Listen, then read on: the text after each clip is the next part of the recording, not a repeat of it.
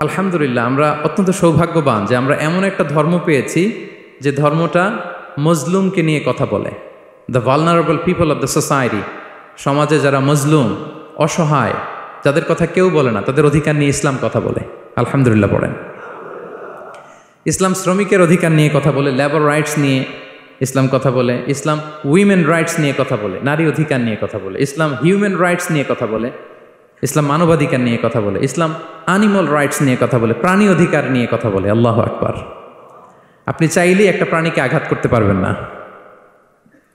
আমাদের দেশে এটা খুব বাজে একটা কালচার। কুকুর একটা দেখলেই আমরা কি করি? হয় ঢিল ছড়ি, না একটা লাথি মারি। কিছুই করে নাই আপনাকে, পাশ দিয়ে যাচ্ছে দেখলেই কি ঢিল মারে, লাথি মারে। আরও অনেক জঘন্য জঘন্য কাজ আমরা করি। তাহলে যারাই যেখানে বিপন্ন, মানবতা যেখানে বিপন্ন, সেখানেই ইসলাম হাজির হয়েছে। আলহামদুলিল্লাহ। এজন্য ইসলাম পেয়ে আমরা খুশি না বেজার বলেন? এজন্য প্রত্যেক সালাতের পরে আমরা ঘোষণা দিই, রদিতু বিল্লাহি রব্বা ওয়া বিল ইসলামি দীনা ওয়া বি মুহাম্মাদিন নাবিয়্যান ওয়া রাসূলা। আমরা আল্লাহকে রব হিসেবে পেয়ে খুশি, আমরা ইসলামকে দিন হিসেবে পেয়ে খুশি। তো আমরা রাসূল সাল্লাল্লাহু আলাইহি ইসলামকে নবী এবং রাসূল হিসেবে পেয়ে খুশি। তার মানে প্রত্যেক সালাতের পরে আমরা কি করি? এটার অ্যানাউন্সমেন্ট দেই। তো ইসলাম এমন একটা ধর্ম, যেখানেই মানবতা বিপন্ন সেখানেই ইসলাম হাজির। তো আজকে আমরা লেবার রাইটস ইন ইসলাম, ইসলামে শ্রমিকের কি অধিকার, শ্রমিকদের যে রাইটস আছে, অধিকার আছে, এটা নিয়ে ইসলাম কি বলে, এই টপিকে আমরা কথা শুনবো ইনশাআল্লাহ বিইذনিল্লাহ। সম্মানিত শুধু আমি শুরুতেই কালামুল্লাহ মাজিদের একটি আয়াত তেলাওয়াত করেছি, সূরাতুল ইনশিকাকের 6 নম্বর আয়াত, যেখানে আল্লাহ তাআলা ইরশাদ করছেন, ইয়া আইয়ুহাল ইনসানু ইন্নাকা কাদিহুন ইলা রাব্বিকা কাদহান ফামুলাকি। অর্থাৎ হে মানুষ, তুমি তোমার রবের কাছে পৌঁছা পর্যন্ত কঠোর পরিশ্রম করতে হবে, অতঃপর তুমি তার সাক্ষাৎ লাভ করবে। আমাদের আলটিমেট গোল হচ্ছে আমরা আল্লাহর কাছে ফিরে যাব, ঠিক কিনা বলেন? কেউ মারা গেলে আমরা কি বলি? ইন্না লিল্লাহি ওয়া ইন্না ইলাইহি রাজিউন। আমরা আল্লাহর জন্য এবং আল্লাহর দিকেই আমরা ফিরে যাব। তো আল্লাহ বলেন, ইন্নাকা কাদিহুন ইলা রাব্বিকা কাদহান ফামুলাকি। হে মানুষ, তুমি তোমার রবের কাছে পৌঁছা পর্যন্ত কঠোর পরিশ্রম করতে হবে, তারপরে তুমি তোমার রবের সাক্ষাৎ পাবে। তার মানে এই দুনিয়াটা হচ্ছে পরিশ্রমের জায়গা। প্রিয় ভাইরা, এখানে পরিশ্রম না করলে সফলতার দেখা মিলে না। বাঁচতে হলে, সারভাইভ করতে হলে, টিকে থাকতে হলে আপনাকে পরিশ্রম করতে হবে। এই পৃথিবীতে কেউ কাউকে জায়গা করে দেয় না, এখানে জায়গা করে নিতে হয়, ঠিক কিনা বলেন? আপনি যদি পরিশ্রম করেন, পরিশ্রমে যে ঘাম ঝরে শরীর থেকে, পরিশ্রমের ঘামে জন্ম নেয় সফলতার বীজ। আপনি যখন হাড় ভাঙা পরিশ্রম করবেন, এই পরিশ্রমে যে লোনা পানি বেরোবে, যে ঘাম বেরোবে, এই ঘামেই জন্ম নেয় সফলতার বীজ। এবং সফলতার কোনো শর্টকাট হয় না প্রিয় ভাইরা। অনেকে অল্পতে সফল হতে চায়, শর্টকাট খুঁজে, আছে না নাই? না, সফলতার জন্য আপনাকে লং কাটে যেতে হবে। ওখানে কোনো লিফট থাকে না, সিঁড়ি বেয়ে উঠতে হয়। অনেকে চায় যে সফলতার লিফটে উঠবো, সুইচ চাপবো, সাকসেসফুল ইন লাইফ। না, এত সহজ না, আপনাকে সিঁড়ি বেয়ে উঠতে হবে। তাহলে পরিশ্রমের কোনো বিকল্প নেই। এই দুনিয়াটা হচ্ছে পরিশ্রমের জায়গা, সংগ্রামের জায়গা। আপনি সফল হতে হলে আপনাকে পরিশ্রম করতে হবে, করতেই হবে। আর পরিশ্রমে কোনো লজ্জা নেই। আমি বিভিন্ন আমার আলোচনায় বলি, কাজে লজ্জা নেই। কিসে লজ্জা নেই? আওয়াজ করে বলুন সবাই। কাজে লজ্জা নেই। লজ্জা হচ্ছে অলসতায়, লজ্জা হচ্ছে হাত পাতায়, লজ্জা হচ্ছে অকর্মণ্যতায়। কাজে লজ্জা আছে? লজ্জা কিসে বলেন সবাই? লজ্জা হচ্ছে অলসতায়, অকর্মণ্যতায়। যারা কাজ না করে ফুটানি মারে, ওইটাতে লজ্জা। অনেকে আছে ফুটানি মারে, আছে না নাই? কাজ করে না, শো অফ, ফুটানি।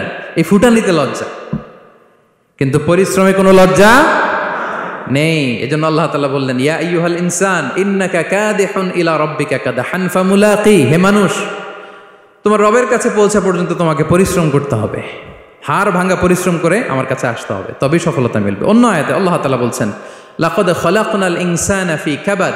নিশ্চয়ই মানুষকে আমি কষ্ট এবং পরিশ্রম নির্ভর করে তৈরি করেছি। এই পৃথিবীতে টিকে থাকতে হলে তাকে পরিশ্রম করতে হয়, কষ্ট করতে হয়। এবং দুনিয়ার এই সাইকেলটা যদি দেখেন, দিন এবং রাতের যে সাইকেল, রাতকে আল্লাহ বানিয়েছেন ঘুমের জন্য, রেস্ট নেওয়ার জন্য, বিশ্রামের জন্য, আর দিনকে আল্লাহ বানিয়েছেন কর্মচঞ্চল করে, কাজের জন্য, দিনের মধ্যে কর্মস্পৃহা আছে। আল্লাহ তাআলা সূরা নাবাতে বলছেন ওয়াজআলনান নাহারা মাআশা, আমি দিনকে বানিয়েছি কর্মচঞ্চল। দিনে আপনি কাজ করবেন, হাড় ভাঙা পরিশ্রম করবেন, তবেই সফলতা ধরা দিবে, ঠিক কিনা বলেন? তাহলে প্রথমে আমরা জানলাম এই পৃথিবীতে পরিশ্রম করতেই হবে, পরিশ্রমের কোনো বিকল্প নেই। সফল হতে চাইলে কি করতে হবে? আওয়াজ করে বলবেন, কি করতে হবে? এবং ইসলাম এই পরিশ্রমকে উৎসাহিত করে, পরিশ্রমের মাধ্যমে যে ইনকাম এটাকে উৎসাহিত করে। বিষ্ণু ঈসা ইসলাম বলেন মা আকালা আহাদুন তাআমান কাত্তু খায়রান আইয়াকুলা মিন আমালি ইয়াদাই, মানুষ পরিশ্রম করে তার দুই হাত দিয়ে উপার্জন করে যে জীবিকা নির্বাহ করে, এর চেয়ে শ্রেষ্ঠ জীবিকা পৃথিবীতে আর নেই। আল্লাহু আকবার। আপনারা যারা কষ্ট করে ঘাম ঝরিয়ে উপার্জন করেন, এই পৃথিবীতে এর চেয়ে শ্রেষ্ঠ উপার্জন আর হতে পারে? পরিশ্রম করে ঘাম ঝরিয়ে আপনি যে রিজিক এর বন্দোবস্ত আপনার হয়, এই খাবারের চেয়ে শ্রেষ্ঠ খাবার পৃথিবীতে হতে পারে? এরপর বিষ্ণু ঈসা ইসলাম বললেন ওয়া ইন্না নাবিয়াল্লাহি দাউদ আলাইহিস সালাম কানা ইয়াকুলু মিন আমালি ইয়াদিহি, আল্লাহর নবী দাউদ আলাইহিস সালাম তিনি নিজ হাতের উপার্জন থেকে খেতেন। সুবহানাল্লাহি বিহামদি। তিনি আর্মর বানাতেন, যুদ্ধাস্ত্র, তিনি বর্ম বানাতেন, নিজ হাতে বর্ম বানিয়ে যুদ্ধাস্ত্র বানিয়ে বিক্রি করে সেটা দিয়ে জীবিকা নির্বাহ করতেন। আল্লাহু আকবার। তাহলে পরিশ্রমের কোনো বিকল্প নেই, শ্রমের মাধ্যমে যে উপার্জন এটা শ্রেষ্ঠ উপার্জন। তাই শ্রমজীবী যারা আছেন মনক্ষুণ্ণ হবেন না, মন ছোট করবেন না। You are the super hero, you are the super hero, you are the remittance fighter of our country. এজন্য রাস্তা দিয়ে যখন হাঁটবেন বুক ফুলিয়ে হাঁটবেন, আর বস্তা ভরে টাকা নিয়ে দেশে ফিরবেন, ঠিক কিনা বলেন? বুক ফুলিয়ে হাঁটতে হবে। এজন্য আমি আমার প্রিয় মাতৃভূমি বাংলাদেশের গভর্নমেন্টকে অনুরোধ করবো, আমাদের শ্রমজীবী ভাইদের যাতে সুবিধা হয় এই ব্যবস্থা আপনাদের করতে হবে। বিনীত অনুরোধ রাখবো, শ্রম মন্ত্রণালয়ে যারা দায়িত্বে আছেন স্পেশালি তাদেরকে রিকোয়েস্ট করবো, আমাদের শ্রমজীবী ভাইদের যেন কোনো কষ্ট না হয়, কারণ তাদের পাঠানো রেমিটেন্সে সচল থাকে আমার দেশের অর্থনীতির চাকা। তারা ভালো থাকলে ভালো থাকবে বাংলাদেশ। ভেরি সিম্পল, ঠিক কিনা বলেন? আমার যে ভাইটা পরিচ্ছন্নতা কর্মী, রাস্তা ক্লিন করে, এয়ারপোর্টে ওয়াশরুম ক্লিন করে, একজন পরিচ্ছন্নতা কর্মী তারও 20 থেকে 30,000 টাকা বাংলাদেশে ঢোকে প্রতি মাসে। আপনি চিন্তা করতে পারেন? হ্যাঁ, 6টা মাস যদি রেমিটেন্স বন্ধ হয়, শ্রীলঙ্কার চেয়েও খারাপ অবস্থায় বাংলাদেশে চলে যাবে।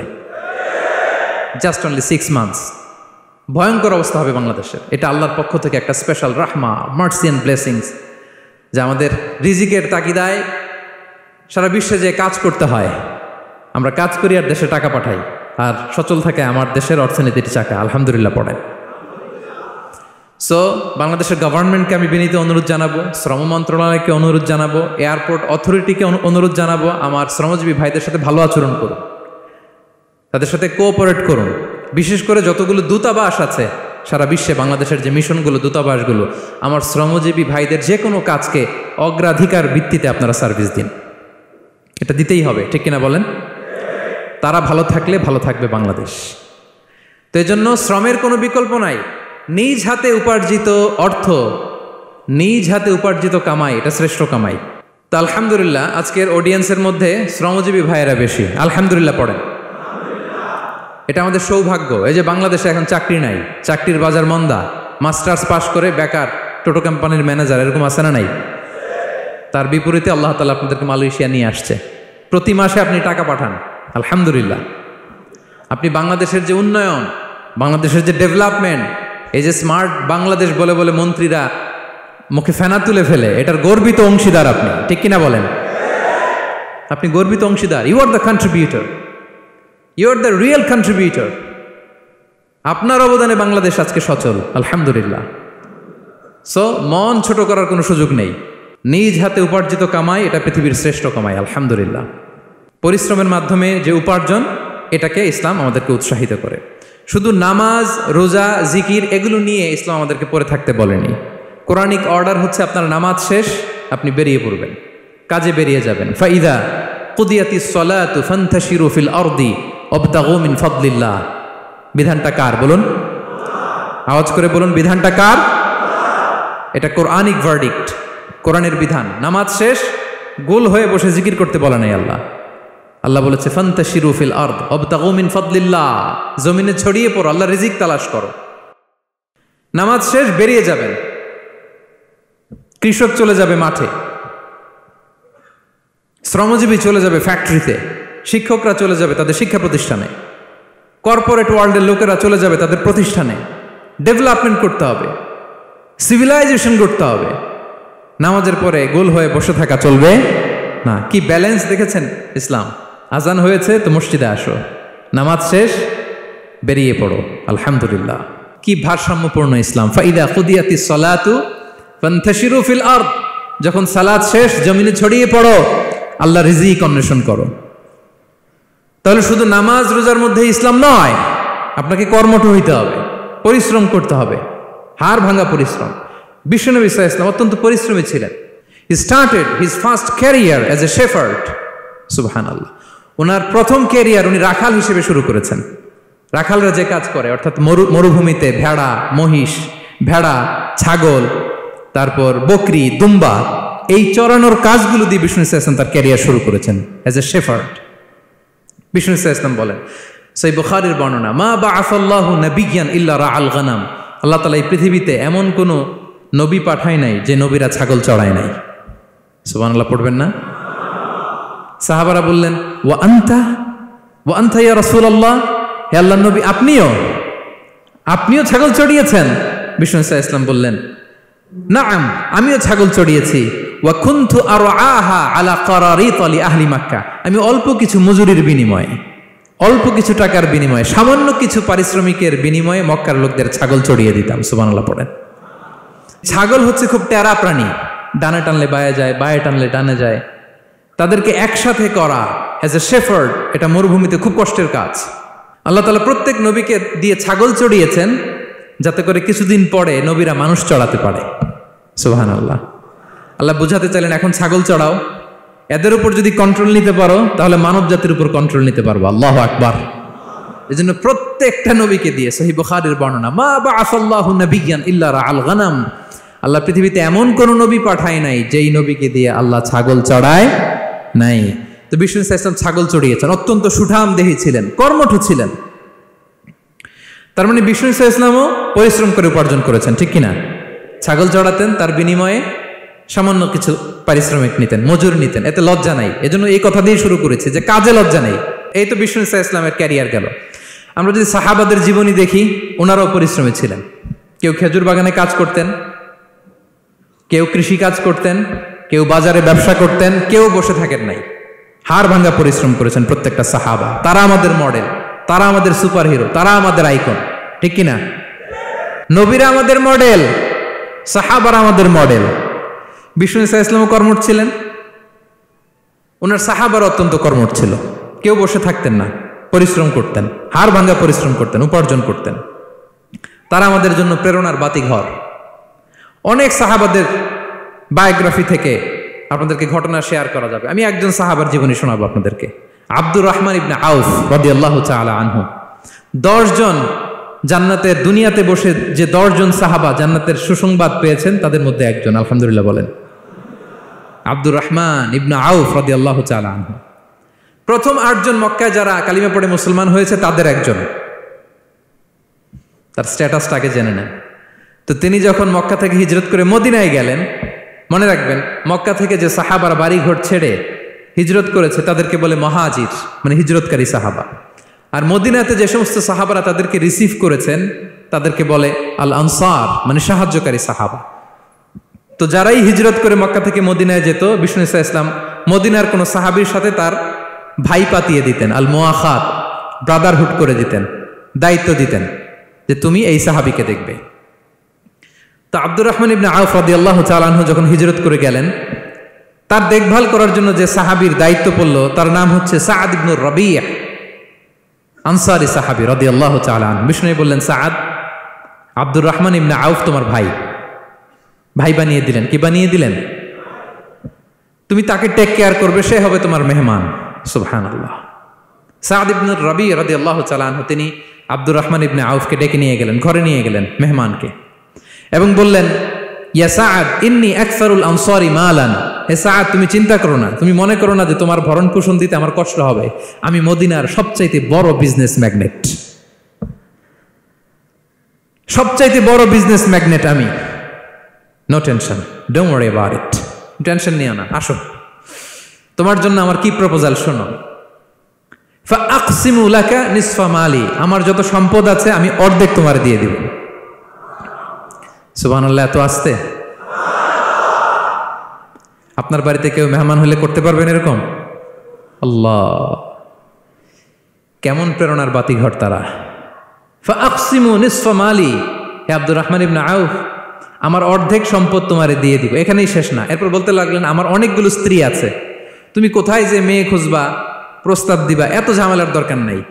আমার কোন স্ত্রীকে তোমার ভালো লাগে বলো, তার যদি তোমাকে ভালো লাগে তাহলে প্রয়োজনে তাকে আমি ডিভোর্স দিয়ে দিব, তাকে নিয়ে তুমি সুখের সংসার করবা।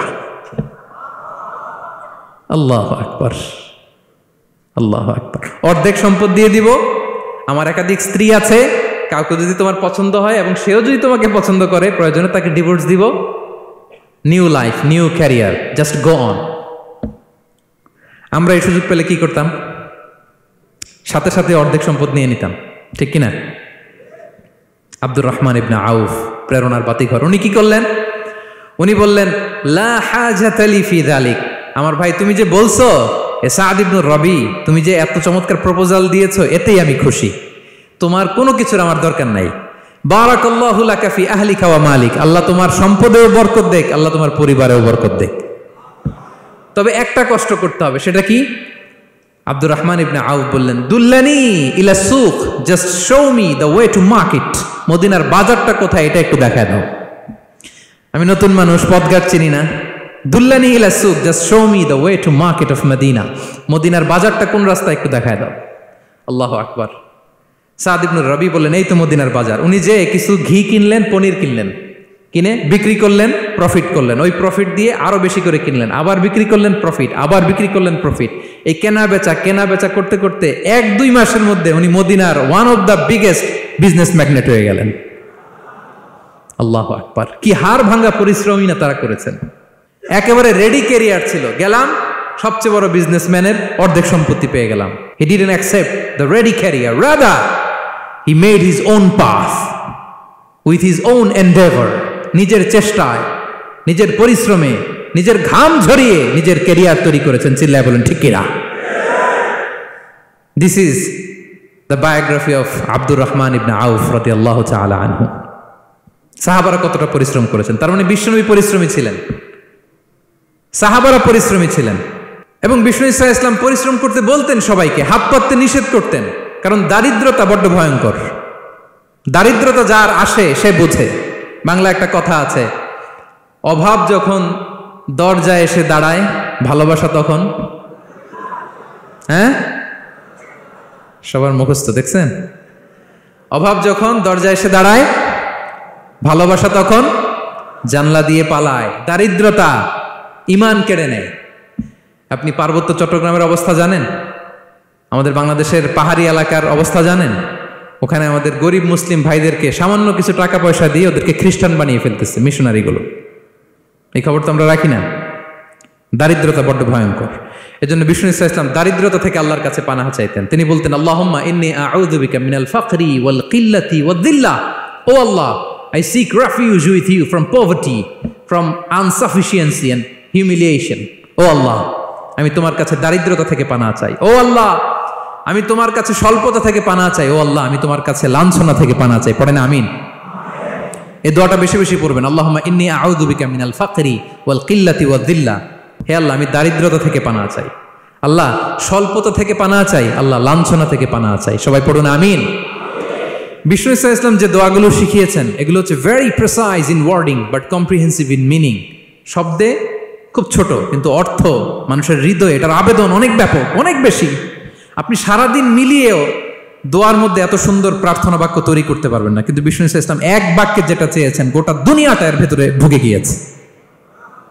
আল্লাহুম্মা ইন্নী আউযু বিকা মিনাল ফাকরি ওয়াল কিল্লাতি ওয়াদ-দিল্লা। আল্লাহ, দারিদ্রতা থেকে পানাহ চাই। বিষ্ণু ইসলাম নিজে স্বয়ং দারিদ্রতা থেকে পানাহ চাইতেন। তাহলে দারিদ্রতার সাথে আমাদের কোনো সম্পর্ক? আমরা পরিশ্রম করব, আমরা কাজ করে খাবো, কাজে কোনো লজ্জা নেই, লজ্জা অলসতায়। চিল্লায় বলেন ঠিক কিনা? এবং বিষ্ণু ইসলামের কাছে কেউ যদি হাত পাততো যদি দেখতেন তার কাজ করার যোগ্যতা আছে, বিষ্ণু ইসলাম ভিক্ষা দিতেন না, কাজে উৎসাহিত করতেন, ভিক্ষাবৃত্তিকে অনুৎসাহিত করতেন। এক যুবক এসে হাত পাতলো, বিষ্ণু ইসলাম আর কিছু দেন। নবী বললেন, তুমি তো শক্ত সামর্থ্য মানুষ, বাসায় কি আছে বলো? সে বলে, আমার বাড়িতে একটা পানি খাওয়ার জগ আছে আর একটা চাদর আছে। বিষ্ণু ইসলাম বললেন, নিয়ে আস। সে নিয়ে আস। এবার বিষ্ণু ইসলাম চাদর আর জগ দুইটা নিয়ে সাহাবাদেরকে বললেন, মাইয়াশতারি হাযাইন, কে কিনবে? অকশন চিনেন? অকশন, অকশনে কি করে? নিলামে দাম তোলে না? তো রাসূল সাল্লাল্লাহু আলাইহি ওয়াসাল্লাম তার চাদর আর জগটা নিলামে তুললেন। এই কে কিনবে? মাইয়াশতারি হাযাইন, মাইয়াশতারি হাযাইন। একজন বলল, ফাকাল রাজুল আনা আখিযুহুমা বিদিরহাম, ইয়া রাসূলুল্লাহ, আমি 1 দিরহামে কিনবো। কয় দিরহাম? বিষ্ণু বললেন, 1 দিরহাম, 1 দিরহাম, 1 দিরহাম। মানে এর চেয়ে কেউ বাড়াবে কিনা? মাইয়াজিদু আলা যালিক, এর চেয়ে বাড়াই দিবা কে? আরেক সাহাবী বলল, ইয়া রাসূলুল্লাহ, আমি 2 দিরহামে কিনবো। 2 দিরহাম, 2 দিরহাম, 2 দিরহাম, আর বাড়ে না। বিষ্ণু ইসলাম তার কাছে 2 দিরহাম দিয়ে বিক্রি করে দিলেন। 2 দিরহাম নিয়ে যুবককে বললেন, নাও, এই 1 দিরহাম দিয়ে কিছু খাবার কিনে তোমার ফ্যামিলিকে দিয়ে আস, আরেক দিরহাম দিয়ে একটা কুঠার কিনে নিয়ে আস। তো যুবক কুঠার কিনে আনলো। ফাওয়াদা লাহু আর রাসূল সাল্লাল্লাহু আলাইহি ওয়াসাল্লাম ইয়াদান, রাসূল সাল্লাল্লাহু আলাইহি ওয়াসাল্লাম নিজ হাতে ওই কুঠারের একটা হাতল লাগাই দিলেন কাঠের। কারণ শুধু কুঠার দিয়ে তো হবে না, একটা হাতল থাকতে হবে না? বিষ্ণু সাল্লাল্লাহু আলাইহি ওয়াসাল্লাম ওনার মোবারক হাতে, বরকতময় হাতে ওই কুঠারে একটা হাতল লাগাই দিলেন। এবার বললেন, যাও, 1 দিরহাম দিয়ে কুঠার, আরেক দিরহাম দিয়ে খাবার কিনে আনো। এই কুঠার দিয়ে জঙ্গলে যে কাঠ কেটে লাকড়ি বেচে জীবিকা নির্বাহ করো। সামনের 15 দিন আমার সামনে যেন তোমার ঘুরঘুর করতে না দেখি। এ বেচারা গেল, 1 দিরহাম দিয়ে ফ্যামিলিতে খাবার দিল, আর লাকড়ি নিয়ে কাঠ কাটতে না কাটতে কয়েকদিনের ব্যবধানে ও 10 দিরহাম কামাই ফেলছে। আস্তে আস্তে আস্তে আস্তে সে স্বাবলম্বী হয়ে গেল। এরপর একবার বিষ্ণু ইসলামের কাছে আসছে। বিষ্ণু ইসলাম তারে বলে, মানুষের কাছে হাত পাতার চেয়ে, দুয়ারে দুয়ারে ভিক্ষা করার চেয়ে তোমার মতো এরকম কাঠ কেটে, জঙ্গলে কাঠ কেটে বাজারে বিক্রি করা অনেক ভালো। আল্লাহু আকবার। এই হচ্ছে বিষ্ণু ইসলামের ক্যারেক্টারিস্টিক্স। তিনি ভিক্ষাবৃত্তিকে অনুৎসাহিত করতেন। এই যে গল্পটা, what is the moral of the story? কি শিখলাম? 1 নম্বর যেটা শিখলাম, তিনি কাজ করে খেতে উৎসাহিত করেছেন। চাইলেই বিষ্ণু ইসলাম ওই 2টা জিনিস বিক্রি করে 2 দিরহাম দিয়ে বলতে পারতেন, যাও 2 দিরহাম দিয়ে খাবার কিনো। ওই বেলা খেয়ে রাতের বেলা আরেক দুয়ারে যেয়ে ভিক্ষা করতো, ঠিক কিনা বলেন? কথা বুঝতেছেন? 2 দিরহাম দিয়ে যদি খাবার কিনতো, তো দুপুরে খেয়ে রাতে কি করতো? আবার হাত পাততো। সেটা করে নাই, কাজ করে খেতে উৎসাহিত করেছেন এবং স্থায়ী সমাধান করে দিয়েছেন। কারণ কাজ কাজই, কাজে কোনো ছোট বড় নাই। আছে? কাজে কোনো ছোট বড় আছে না। তাহলে ইসলাম আমাদেরকে পরিশ্রমী হতে শেখায়, কর্মমুখী হতে শেখায়। ইসলাম কতটা কর্মমুখী ধর্ম দেখেন। বিষ্ণু ইসলাম বলেন, ইন কামাতিস সাআ ওয়া ফি ইয়াদি আহাদিকুম ফাসিলা, কেউ যদি দেখে কিয়ামত হয়ে যাচ্ছে, কি হয়ে যাচ্ছে? সবাই বলুন। কেউ যদি দেখে কিয়ামত হয়ে যাচ্ছে আর তার হাতে একটা চারা বীজ আছে, গাছের চারা। কি আছে? গাছের চারা। সে গাছের চারা রোপণ করতে গেছিল, ওদিকে যায় দেখে কিয়ামত শুরু হয়ে গেছে। বিষ্ণু বলেন, ফাইন ইসতাতাআ আন লা তাকুমা হাত্তা ইয়াগরিসাহা ফালইয়াগরিসহা, সে যদি পারে কিয়ামত হওয়ার আগেই ওটা রোপণ করে দিতে, সেজন্য তাড়াতাড়ি করে রোপণ করে দেয়। আল্লাহু আকবার। ইসলাম কতটা কর্মমুখী ধর্ম। কিয়ামত শুরু হয়েছে, বিষ্ণু বলেন তার উপর কিয়ামত আসার আগে সে যদি চান্স পায়, চারা বীজটা যেন রোপণ করে দেয়। আর আমরা এখন আখিরুজ্জামান, দাজ্জাল আসবে, কিয়ামত হয়ে যাবে, 2025 সালেই হবে, এগুলো বলে কাজকর্ম সব বন্ধ করে দিচ্ছে। এরকম ডাকাইতে আছে না নাই? হ্যাঁ বলেন, আছে না নাই? তা আখিরুজ্জামান কি আপনারা এটা শিখায়, এই লেসন শিখায়? আখিরুজ্জামান আসবে, দাজ্জাল আসবে, তো আপনার সমস্যা কি? দাজ্জাল আসবে দেখেই তো আপনাকে বিজনেস করে এমন টাকা কামাইতে হবে যাতে করে দাজ্জাল আসলে আমি আমার অর্থ দিয়ে মুজাহিদিন ভাইদেরকে সহায়তা করতে পারি। দাজ্জাল আসবে তো আপনার প্রবলেম কি? আপনার বডি বিল্ডিং করতে হবে, আপনার ফ্যামিলিকে তারবিয়া দিতে হবে, আপনার সোসাইটিকে সমৃদ্ধ করতে হবে, আপনাকে সভ্যতার কারিগর হইতে হবে। আপনার সব কাজ আপনি আরো বাড়াই দিবেন দাজ্জালের প্রশ্ন আসলে। এখন দাজ্জাল আসবে, 25 সালেই আসবে, 26 সালেই কিয়ামত হবে। কি হবে ক্যারিয়ার দিয়ে? আর কি হবে ব্যবসা করে? এরকম আছে না নাই? এরকম করা যাবে? বিশ্বনবী কি বললেন? কিয়ামত হইতেছে, তুমি দেখতেছো চাক্ষুষ বিলা আয়ান, দেখতেছো কিয়ামত হইতেছে, আর তুমি গাছ লাগাইতে গেছিলা। যদি সুযোগ হয় কিয়ামত হওয়ার আগে আগে কি করো? গাছ লাগাও। সুবহানাল্লাহ পড়বেন না? প্রিয় ভাইয়েরা, আমরা যেন পরিশ্রমী হই, আমরা যেন কর্মঠ হই, আমরা যেন অলস না হই। বিষ্ণু ইসলাম অলসতা থেকে আল্লাহর কাছে পানাহ চাইতেন। আল্লাহ আমাদেরকে বোঝার তৌফিক দান করুক, আমরা পড়ি আমিন। আল্লাহর নবী সাল্লাল্লাহু আলাইহি ওয়াসাল্লাম শুধু পরিশ্রম করতে বলেছেন এমন নয়, তিনি পরিশ্রমীদেরকে পছন্দ করতেন।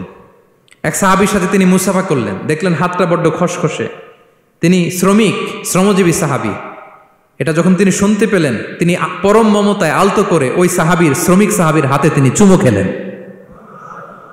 আল্লাহু আকবার।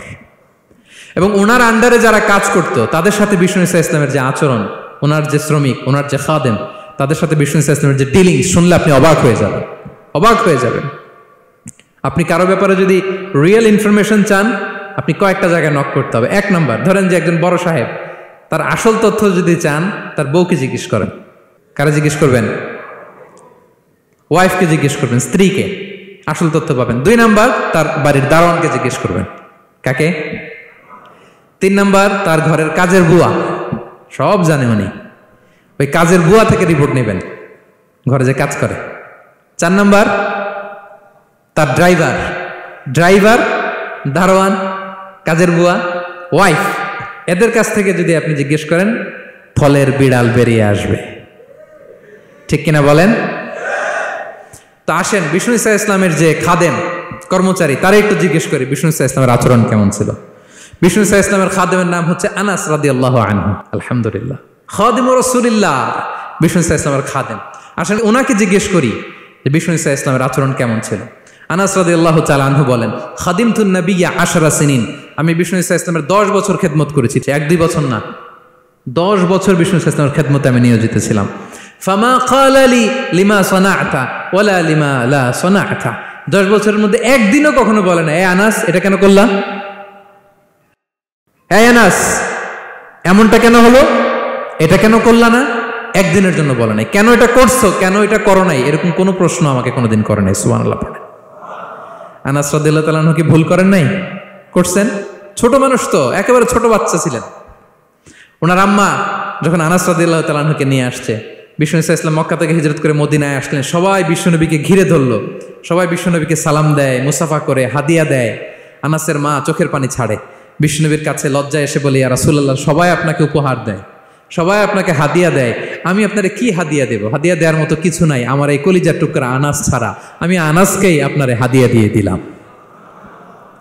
ইয়াখদুমুকা ইয়া রাসূলুল্লাহ, হে নবী, আনাস আপনার খেদমত করবে, আপনার অজুর পানি এনে দিবে, আপনার মেসওয়াকটা এনে দিবে, আপনার জুব্বাটা এনে দিবে। আমি আমার কলিজার টুকরা, আমার নাড় ছেঁড়া ধন আনাসকেই আপনারে উপহার দিয়ে দিলাম।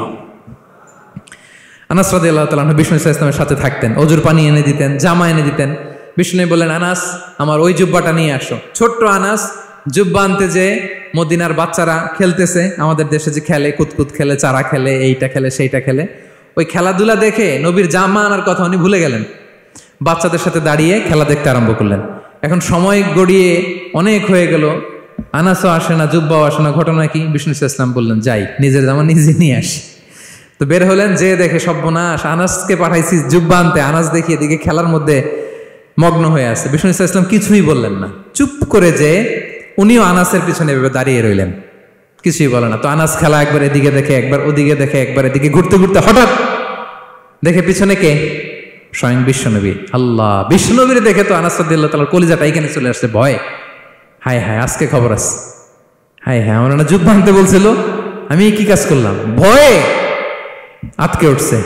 বিষ্ণু ইসলাম ধমক দেয় নাই, পিট্টি দেয় নাই, কিছু করে নাই, শুধু একটা মুচকি হাসি দিয়েছে। আনাস রাদিয়াল্লাহু তাআলা আনহু বলে, বিশ্বনবীর সেই দিনের মুচকি হাসির শাসন মৃত্যুর আগ পর্যন্ত আমাকে সোজা রাস্তায় রেখেছে, আর ডানে বায়ে করি নাই কোনোদিন। তার মানে শাসন করতে জানলে ব্যাত মারা লাগে না, শাসন করতে জানলে গায়ে হাত তোলা লাগে না, শাসন করতে জানলে মুচকি হাসি দিয়েও শাসন করা যায়। ঠিক কিনা বলেন? বিশ্বনবীর মুচকি হাসির শাসন আনাস রাদিয়াল্লাহু তাআলা আনহুকে আজীবন সোজা রাস্তা রেখেছে। তাহলে শ্রমজীবীদেরকে বিষ্ণু ইসলাম কতটা সম্মান করতেন, শ্রদ্ধা করতেন, ভালোবাসতেন, বুঝতে পারছেন সবাই? প্রিয় ভাইয়েরা, লেবার রাইটস ইন ইসলাম, ইসলামী শ্রমিকের অধিকার। শ্রমিকদেরকে ইসলাম কমপক্ষে 7টা অধিকার দিয়েছে। কয়টা? 1 নাম্বার, ইসলাম একজন শ্রমিককে প্রথম যে অধিকারটা দিয়েছে সেটা হচ্ছে কাজ শেষে, শ্রম শেষে তার পারিশ্রমিকের অধিকার। মজুরি পাওয়ার অধিকার, কাজ শেষে বেতন পাওয়ার অধিকার। কাজ করেছেন তো আপনি বেতন পাবেন, এটা আপনার অধিকার। বেতন বা পারিশ্রমিক এটা একটা কর্মজীবীর অধিকার। আপনার কোম্পানির মালিক যে আপনার বেতন দেয়, এটা কি দয়া করে? করুণা। তো এটা যদি করুণা হয়, সে যে আপনার কাজ করে দেয়, এটাও তো করুণা। এটা তো আর বড় করুণা, কি বলেন? আপনি যে স্যালারি পে করেন, এটা যদি করুণা হয়, সে যে পরিশ্রম করে, সে তো আর বড় করুণা করে আপনারে। তার কারণে তো আপনার কোম্পানি টিকে আছে, ঠিক কিনা বলেন? তাহলে এটা করুণা নয়, এটা শ্রমিকের অধিকার। এবং বিশ্বনবী সাল্লাল্লাহু আলাইহি ওয়াসাল্লামের সেই ঐতিহাসিক বাণী, তিনি বলেছেন, আতুল আজিরা আজরাহু ক্বাবলা আন ইয়াজিফা আরাকু। ঘাম শুকিয়ে যাওয়ার আগে শ্রমিককে তার পারিশ্রমিক বুঝিয়ে দাও। সুবহানাল্লাহ, বিশ্বনবীর ঐতিহাসিক বাণী। এখন জাতিসংঘ আমাদেরকে শিখায় যে শ্রমিকের মজুরি দিতে হবে, অন টাইমে দিতে হবে, স্যালারি দিতে হবে, এই করতে হবে, সেই করতে হবে। মানবাধিকারের কর্মীরা আমাদেরকে শিখায়। তারা শিখানোর ১৫০০ বছর আগে বিশ্বনবী সাল্লাল্লাহু আলাইহি ওয়াসাল্লামের ঐতিহাসিক বাণী, তিনি বলেছেন, আতুল আজিরা আজরাহু ক্বাবলা আন ইয়াজিফা আরাকু। শ্রমিকের ঘাম শুকাবার আগে তার মজুরি পেমেন্ট করে দাও। সুবহানাল্লাহি ওয়া বিহামদিহি। ঘাম শুকিয়ে যাওয়ার আগে, মানে অন টাইম, দ্রুততম সময়ে শ্রমিককে তার মজুরি দিয়ে দাও, তার বেতন দিয়ে দাও। যারা শ্রমিককে তার পারিশ্রমিক অন টাইমে দেয় না, স্যালারি অন টাইমে পে করে না, টালবাহানা করে, গরিমসি করে, তাদের ব্যাপারে বিষ্ণু সাল্লাল্লাহু আলাইহি ওয়াসাল্লাম কি বলেন? বিষ্ণু বলেন, 3 শ্রেণীর ব্যক্তি, সালাসাতুন আনা খাসমুহুম ইয়াউমাল কিয়ামা। 3 শ্রেণীর ব্যক্তির বিরুদ্ধে আমি বিশ্বনবী কিয়ামতের দিন আল্লাহর কাঠগড়ায় মামলা দায়ের করব।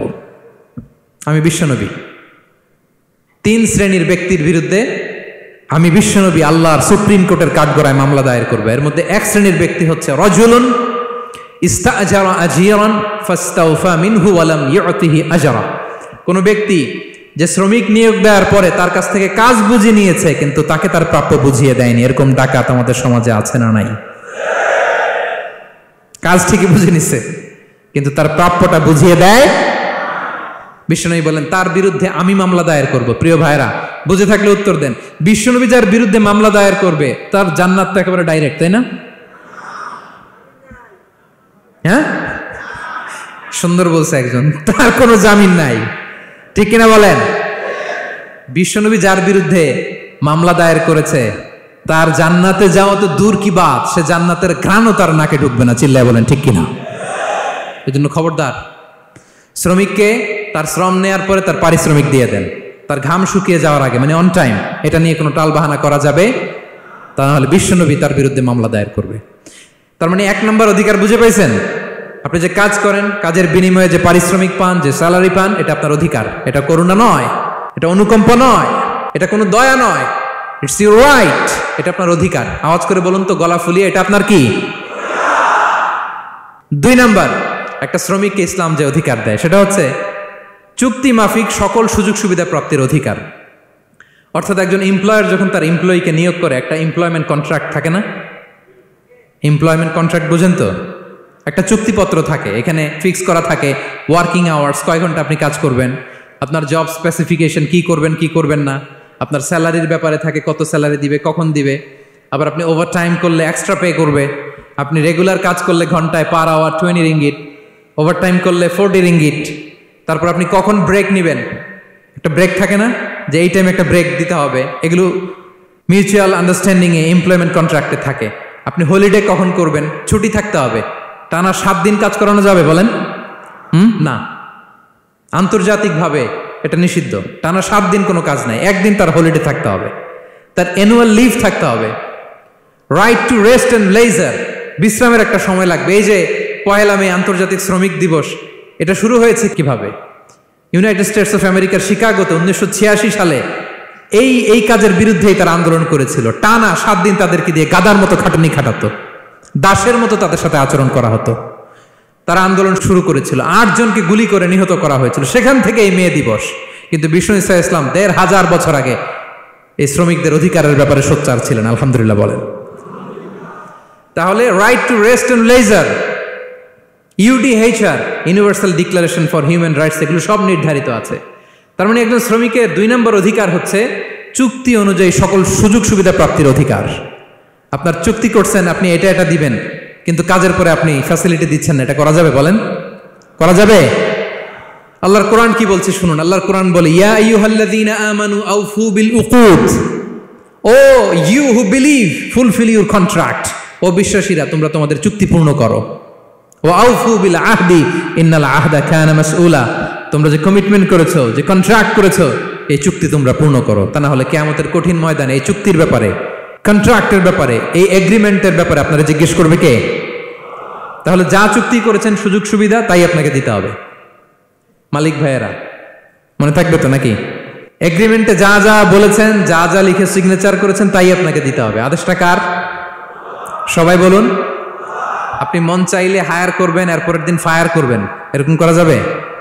হ্যাঁ, চাইলে হায়ার ফায়ার, মন যা চায় তা করবেন, এটা করা চলবে না। তাহলে দুইটা অধিকার গেল। 3 নম্বর, একজন শ্রমিককে ইসলাম যে অধিকার দিয়েছে সেটা হচ্ছে সুন্দর আচরণ পাবার অধিকার। তিনি আপনার ফ্যাক্টরির ওয়ার্কার, আপনার স্টাফ, এজন্য যা মনে চায় তা আচরণ করবেন, দাসের মতো আচরণ করবেন। এটা করা যাবে? আওয়াজ করে বলেন, করা যাবে? বিষ্ণু ইসা ইসলাম ইন্তেকালের আগে পুরা উম্মাকে 2টা বিষয় ওসিয়ত করেছেন। আওয়াজ করে বলুন তো কয়টা? 1 নম্বর হচ্ছে নামাজ। 1 নম্বর কি? আসসালাত। আসসালাত, রুহু বের হওয়ার আগে, ইন্তেকালের আগে বিষ্ণু বলেন আসসালাত, আসসালাত, নামাজ, নামাজ। উম্মতেরা নামাজের ব্যাপারে সতর্ক হও। 2 নম্বর তিনি বলেছেন ওয়ামা মালাকাত আইমানুকুম, তোমাদের অধীনস্থ যারা আছে তাদের ব্যাপারে সচেষ্ট হও, তাদের প্রতি সদয় হও, তাদের সাথে খারাপ আচরণ করো না। এটা কখন বলছেন? জুমার খুতবার সময়, সাহাবীদের সাথে গল্প করার সময়, বিবিদের সাথে আলোচনার সময়। কখন? Just right before his death. এখনই রুহু বেরোবে, ইন্তেকালের আগে তিনি বলেছেন উম্মতেরা আসসালাত, নামাজ, উম্মতেরা ওমা মালাকাত আইমানুকুম, তোমাদের কর্মচারীদের সাথে খারাপ আচরণ করো না। তাহলে 3 নম্বর হচ্ছে শ্রমিকদের সুন্দর আচরণ পাবার অধিকার, তাদের সাথে খারাপ আচরণ করা যাবে না। বিষ্ণু ইসলাম শ্রমিকদের রাইটস, অধিকারের ব্যাপারে এতটা সোচ্চার ছিলেন, বিদায় হজের মতো, বিদায় হজের যে বাণী, যে ভাষণ, এই ঐতিহাসিক ভাষণেও বাদ যায়নি শ্রমজীবীদের কথা। সুবহানাল্লাহ পড়েন। বিদায় হজের ভাষণে বিষ্ণু বলেছেন আরিকাকুম, আরিকাকুম আতইমুহুম মিম্মা তাকুলুন ওয়াকসুহুম মিম্মা তালবাসুন। খবরদার ও আমার উম্মতেরা, এই ভাষণের পরে আর বড় কোনো ভাষণ আমার পক্ষ থেকে তোমরা পাবে না। তোমাদের কর্মজীবী, তোমাদের শ্রমিক, তোমাদের ওয়ার্কার, তোমাদের স্টাফদের ব্যাপারে সাবধান থাকো। তোমরা যা খাবে তাদেরও তা খাওয়াবে, তোমরা যা পড়বে তাদেরও তা পড়তে দিবে, তাদের প্রতি তোমরা সদয় হবে। বিদায় হজের বাণী তো বিষ্ণু ইসলাম আপনাদের কথা বলে নাই। আলহামদুলিল্লাহ পড়েন। কি রহমতের নবী ছিলেন, কি মায়ার নবী ছিলেন। শ্রমজীবীদেরকে বিষ্ণু ইসলাম এতটা ভালোবাসতেন। তাহলে 3 নম্বর যে অধিকার ইসলাম একজন শ্রমিককে দেয় সেটা হচ্ছে সুন্দর আচরণ পাওয়ার অধিকার। দেখবেন যে মালিক বা যে এমপ্লয়ার ভালো আচরণ করে, সব শ্রমিককে তাকে ভালোবাসে, তার জন্য দোয়া করে। আপনি মালিক হয়ে অসুস্থ, দেখবেন আপনার ওয়ার্কারগুলো জায়নামাজ বিছিয়ে সেজদায় পরে আপনার জন্য কাঁদে। এরকম আছে না নাই? মালিক হলে তো এরকম মালিক হইতে হবে, এমপ্লয়ার হলে তো এরকম হওয়া চাই, ঠিক কিনা বলেন? তাহলে আমরা শ্রমজীবীদের সাথে ভালো আচরণ করব, পারা যাবে তো ইনশাআল্লাহ? ইনশাআল্লাহ। 4 নাম্বার, কর্মক্ষেত্রে নিরাপত্তার অধিকার। শ্রমজীবী ভাইদের যে ওয়ার্ক প্লেস আছে সেখানে তাদের নিরাপত্তা থাকতে হবে, সেফটি মেজারমেন্ট থাকতে হবে। অনেক জায়গায় দেখি আয়রন ফ্যাক্টরিগুলোতে যারা কাজ করে, আল্লাহু আকবার, আপনারা ভিডিও ক্লিপসে দেখবেন যে কি ভয়ঙ্কর সেখানকার অবস্থা। ডিহাইড্রেশনে এক একজন অসুস্থ হয়ে যায়। সেখানে তাদের পর্যাপ্ত পানির ব্যবস্থা নাই, এটা নাই সেটা নাই। এমন এমন ফ্যাক্টরিতে আমাদের অনেক ভাইরা কাজ করে, কেমিক্যাল ফ্যাক্টরি, মাস্কও নাই। এরকম ডাকাইতে আছে না নাই? কেমিক্যাল ফ্যাক্টরিতে যারা কাজ করবে এদেরকে মাস্ক দিতে হবে, এদেরকে হ্যান্ড গ্লাভস দিতে হবে। নির্মাণ শ্রমিক যারা আছে তাদেরকে হেলমেট দিতে হবে। প্রত্যেকটা ফ্যাক্টরিতে ফায়ার এক্সটিংগুইশার লাগবে, আগুন লাগলে অগ্নি নির্বাপক যে যন্ত্র, এগুলোর দরকার আছে না নাই বলেন? গাদার মতো ঢোকার জায়গা নাই, বেরোয়ার জায়গা নাই, সেফ এন্ট্রি নাই, সেফ এক্সিট নাই। হাজার হাজার মানুষ কাজ করে, আগুন লাগলে সব পুড়ে ছাই। এরকম হয় না? প্রিয় ভাইরা বলেন, আওয়াজ করে বলেন, হয় না এরকম? অহরহ আমরা দেখি বাংলাদেশে অগ্নি নির্বাপক যন্ত্র নাই। না, এটা করা যাবে না। আগুন লাগলে কিভাবে আপনি আগুন নেভাবেন, কিভাবে তাদের সেফটি সিকিউরিটি এনশিওর করবেন, এগুলো সব আগে থেকে নির্ধারণ থাকতে হবে। তাহলে 4 নম্বর হচ্ছে নিরাপত্তা অ্যাজ এ এমপ্লয়ার, এটা আপনাকে এনশিওর করতে হবে। 5 নম্বরে সাধ্যের বাইরে কোনো কাজে বাধ্য না করার অধিকার। সাধ্যের বাইরে কিছু আপনি তার উপর চাপিয়ে দিতে পারবেন, এমন হেভি ওয়ার্কলোড দিতে পারবেন না যেটা তার শরীরে কুলায় না। এরকম ডাকাইতেছে যে পারে না, তারপরে তার উপর কাজ চাপিয়ে দেয়, আছে না নাই? বলেন বলেন।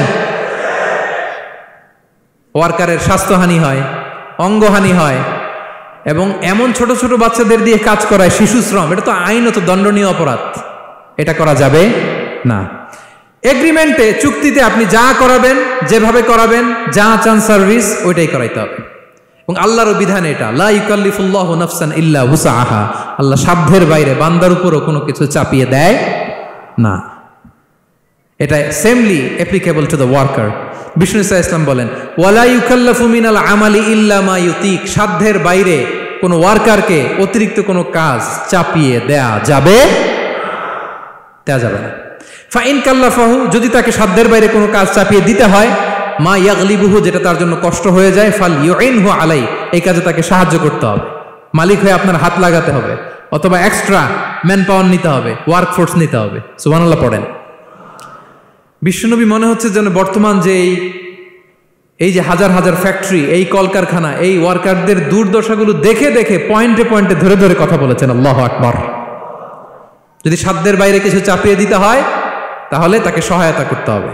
তাহলে ৫ নম্বর শ্রমিকের অধিকার হচ্ছে সাধ্যের বাইরে কোনো কাজে বাধ্য না করার অধিকার। আপনি বাধ্য করতে পারবেন না। কটা গেল? ৫টা। মাশাআল্লাহ, খুব মনোযোগী শ্রোতা। ৬ নম্বরে, শ্রমিকের উপর আল্লাহ যা যা ফরজ করেছেন তা আদায়ের অধিকার দিতে হবে আপনাকে। সালাতের সময় হলে তাকে নামাজ পড়তে দিতে হবে। নন মুসলিম হলে এটা ভিন্ন ইস্যু। তখন আপনি চেষ্টা করবেন একটা মুসলিম কোম্পানিতে যাওয়ার, মুসলিম মালিকের আন্ডারে যাওয়ার, অথবা তাদেরকে সবাই মিলে অ্যাপ্লিকেশন করে বুঝাবেন যে সামান্য ফরজ নামাজটুকু পড়ার অনুমতি, পারমিশন আমরা চাই। কিন্তু কোনো মুসলিম এমপ্লয়ার নামাজের জন্য বাধা দিতে পারবে না। রমজান মাসে রোজা রাখা শ্রমিকের জন্য ফরজ না? অনুমতি দিতে হবে। নারী কর্মীদেরকে, যারা নারী কর্মী আছে, তাদেরকে পর্দার অনুমতি দিতে হবে, হিজাবের অনুমতি দিতে হবে। মালিক তো দূরের কথা, আমাদের বাংলাদেশে অনেক বিশ্ববিদ্যালয়ের শিক্ষকরাই অনুমতি দেয় না। এরকম ডাকাত শিক্ষক আছে না নাই? এরকম জালেম বাংলাদেশে আছে না নাই? ঢাকা বিশ্ববিদ্যালয় চিন্তা করা যায়, মুসলিমদের টাকা দিয়ে যে বিশ্ববিদ্যালয়, ওখানে আমার বোনেরা পর্দা করে যেতে পারে না, আমার মুসলিম বোনেরা হিজাব পড়তে পারে না, নেকাব পড়তে পারে না। এই অধিকার কি শিক্ষককে দেওয়া হয়েছে? কথা বলেন না। Never, you never can do that. একটা রেগুলার ড্রেস কোড থাকবে, এটা সবাই মানবে। এটার উপরে দিয়ে সে চাদর পরবে না ওড়না পরবে না হেজাব পরবে না ব্লেজার পরবে, এটা নিয়ে নাক গলানোর ক্ষমতা কোনো শিক্ষকের নাই। চিল্লায় বলেন ঠিক কিনা? তাহলে আপনার কর্মস্থলে মুসলিম নারীরা যদি কাজ করে, নারী কর্মীদের জন্য পর্দার ব্যবস্থা করতে হবে। ঠিক কিনা বলেন? হালাল ফুড খাওয়ার ব্যবস্থা থাকতে হবে।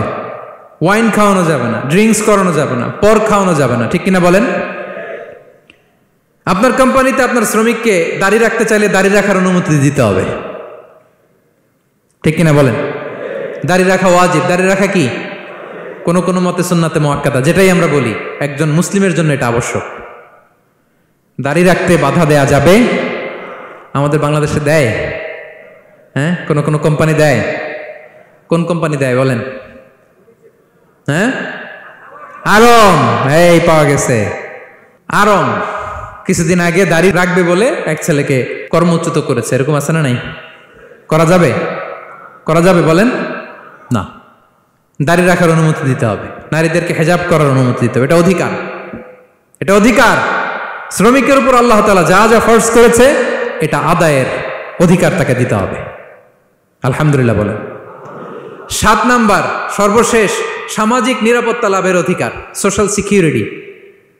শ্রমিকের পুঁজি হচ্ছে তার শ্রম, তার জীবন যৌবন সব দিয়ে আপনার ফ্যাক্টরিরে একেবারে শীর্ষে নিয়ে গেল, শেষ জীবনে আপনি মালিক তারে ভুলে গেলেন। এরকম আছে না নাই? নো। তার জন্য সোশ্যাল সিকিউরিটির ব্যবস্থা করতে হবে। অনেক শ্রমিক ভাইরা আছে সারা জীবন ফ্যাক্টরির জন্য কাজ করে শেষ বয়সে দুরারোগ্য ব্যাধিতে আক্রান্ত, তাদের খোঁজ খবর কেউ নেয় না। এটা গভর্নমেন্টের দায়িত্ব।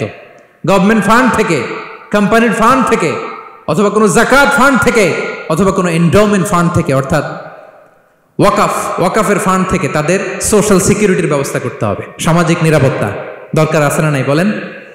এটা আপনাদের অধিকার। এই 7টা অধিকার ইসলাম একজন শ্রমিককে দিয়েছে। তো শ্রমিককে ইসলাম শুধু অধিকারই দিয়েছে, মালিকের কোনো অধিকার নাই নাকি? এবার মালিকরা খেপে উঠছে। এতক্ষণ মালিকরা চুপচাপ, আমি দেখতেছি তো। এতক্ষণ যা যা বলতেছি মালিকরা চুপচাপ শুনতেছে, যখনই বলছি মালিকের অধিকার আছে না নাই, মালিকরা কয় আছে। হ্যাঁ, ইসলাম চেক এন্ড ব্যালেন্স করেছে। ইসলাম হচ্ছে ভেরি ব্যালেন্সড রিলিজিয়ান, ভারসাম্যপূর্ণ একটা জীবন ব্যবস্থা। শ্রমিকেরও দায়িত্ব আছে, শ্রমিকেরও কি প্রিয় ভাইয়েরা দায়িত্ব আছে। বিষ্ণু ইসা ইসলাম বলেন সালাসাতুন লাহুম আজরান, 3 শ্রেণীর ব্যক্তি আছে যাদেরকে আল্লাহ যে কোনো কাজ করলে ডাবল রিওয়ার্ড দিবে, ডাবল। আপনি নামাজ পড়লে যাওয়া সওয়াব, এক করলে দ্বিগুণ সওয়াব। এর মধ্যে এক শ্রেণীর হচ্ছে ওয়াল আবদুল মামলুক ইদা আদ্দা হাক্কাল্লাহ ওয়া হাক্কা মাওয়ালিহ, ওই দাস যে তার আল্লাহর ইবাদত করে, আল্লাহর হক পালন করে আর তার মনিবের হক পালন করে। এখানে দাস বলতে শুধু আগের সময়ের দাসই নয়, বর্তমান সময়ের যারা কর্মজীবী তারাও। কোনো কর্মজীবী সে যদি আল্লাহর বিধান, আল্লাহর হক আদায় করে, পাশাপাশি যার আন্ডারে সে কাজ করে তার হকও আদায় করে, বিষ্ণু ইসা ইসলাম বলেন সব কাজে তার প্রতিদান হবে ডবল ডবল। পড়েন আল্লাহু আকবার। তাহলে শ্রমিকের দায়িত্ব হচ্ছে কোম্পানিকে যে সার্ভিস তার দেওয়া এটা পূর্ণাঙ্গ রূপে দিতে হবে, এটা হচ্ছে শ্রমিকের দায়িত্ব। 1 নম্বরের দায়িত্ব হচ্ছে লয়ালটি, আমানতদারিতা। 1 নম্বর দায়িত্ব কি? আপনি বেতন নেন আপনার বসের কাছ থেকে, কোম্পানির কাছ থেকে, কিন্তু সার্ভিস দেন আরেক কোম্পানির, হবে? বলেন। যার নুন খাই তার গুণ গাইতে হবে। আপনি যেই কোম্পানি থেকে স্যালারি নেন, সার্ভিস আপনার তাকে দিতে হবে। লয়ালটি থাকতে হবে, বিশ্বস্ততা, এটা জরুরি, এটা থাকতে হবে।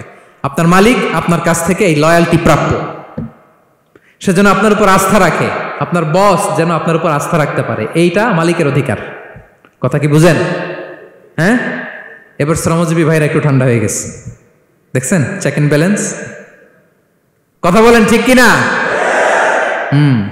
আপনার মালিক আপনার কাছ থেকে এটা প্রাপ্য, এটা তার অধিকার, বিশ্বস্ততা। ইন্না খায়রা মান ইস্তাজারতাল কবিউল আমিন, যাকে নিয়োগ দেওয়া হবে তার মধ্যে 2টা কোয়ালিটি থাকতে হয়। কয়টা? মুসা আলাইহিস সালাম ফেরাউনের বাবুর্চিকে 1 থাপ্পড় মারলেন রেগে মেগে। উনি থাপ্পড় মারছিলেন আদব শিক্ষা দেওয়ার জন্য, কিন্তু বেচারা সাথে সাথে মরে গেছে। উনি মারছিলেন আদব শিখানোর জন্য, বেচারা যে মরে যাবে মুসা আলাইহিস সালাম জানতেন না। এখন দেখে সব গুনাহ, সেটা তো মরে গেছে, অক্কা পাইছে। উনি দিলেন দৌড়, মুসা আলাইহিস সালাম দৌড়াতে দৌড়াতে প্রাণ ভয়ে চলে গেলেন আরেক সীমান্তে, মিশর ছেড়ে আরেক এলাকায়। যে দেখে কিছু লোক ধাক্কাধাক্কি করে তাদের উটগুলোকে পানি খাওয়াচ্ছে, আর 2টা মেয়ে পাশে চুপ করে বসে আছে। উনি বুঝতে পারলেন মেয়েগুলো এই ইয়াং ছেলেদের সাথে ধাক্কাধাক্কি করে টিকতে পারবে না। উনি এগিয়ে গেলেন, বললেন তোমরা পানি খাওয়াবো ওটদেরকে? হ্যাঁ খাওয়াবো, আসো। উনি ওটগুলো নিয়ে সবাইকে সরিয়ে পানি খাইয়ে দিলেন, মেয়েরা চলে গেল। এবার বাবার কাছে যেয়ে বলল, বাবা এমন এক ছেলের সন্ধান পাইছি, ছেলেটা খুব ভালো, আমাদের চেহারার দিকে তাকায় না, মাটির দিকে তাকিয়ে কথা বলে। আজকে এই লোক না থাকলে আমরা আমাদের ওটগুলোকে পানি খাওয়াতে পারতাম না। আর ভিনদেশি লোক, আমরা চিনিও না। ইন্না খায়রা মান ইস্তাজারতাল কবিউল আমিন। বাবা কাজ করেন, আমাদের তো রাখাল লাগবে, আমাদের দেখভাল করার জন্য তো একজন সুপারভাইজার দরকার, এই ছেলেকে আপনি কাজে রেখে দেন। সুবহানাল্লাহ পড়বেন না? হ্যাঁ। বাবা বললো যাও নিয়ে আস। মেয়ে 2জন যেয়ে বললো আব্বার কাছে চলেন, আব্বা আপনার কথা বলবে, আপনার সাথে আলাপ করবে। মুসা আলাইহিস সালাম বললেন ঠিক আছে, তোমরা পেছনে পেছনে যাও, আমি তোমাদের আগে আগে যাই। তোমরা আমাকে বলবা যে ডানে না বায়ে না সামনে। সুবহানাল্লাহ পড়বেন না? কি চরিত্র, কি চরিত্র ছিল যাতে করে তাদের দিকে তাকানো না লাগে, মুসা আলাইহিস সালামের নজর যেন তাদের দিকে না পড়ে। মুসা আলাইহিস সালাম বললেন আমি আগে যাই, তোমরা পিছন থেকে বলো ডানে না বায়ে, কোন গলি, কোথায় যাব। আল্লাহু আকবার। তো যাওয়ার পরে মুসা আলাইহিস সালামের সততা, এই বিশ্বস্ততা আর স্ট্রেংথ, শক্তি দেখে ওনাকে কাজে রেখে দিলেন মেয়ে 2টার বাবা। সুবহানাল্লাহ বলেন। আর বললেন এত বছর কাজ করবা, পারিশ্রমিক হচ্ছে কাজ যখন শেষ আমার এক মেয়েরে তোমার কাছে বিয়ে দিয়ে দিব। আল্লাহু আকবার। ওনারও থাকার জায়গা নাই, আশ্রয়ের কোনো বন্দোবস্ত নাই, আল্লাহ ব্যবস্থা করে দিলেন। আলহামদুলিল্লাহ পড়েন।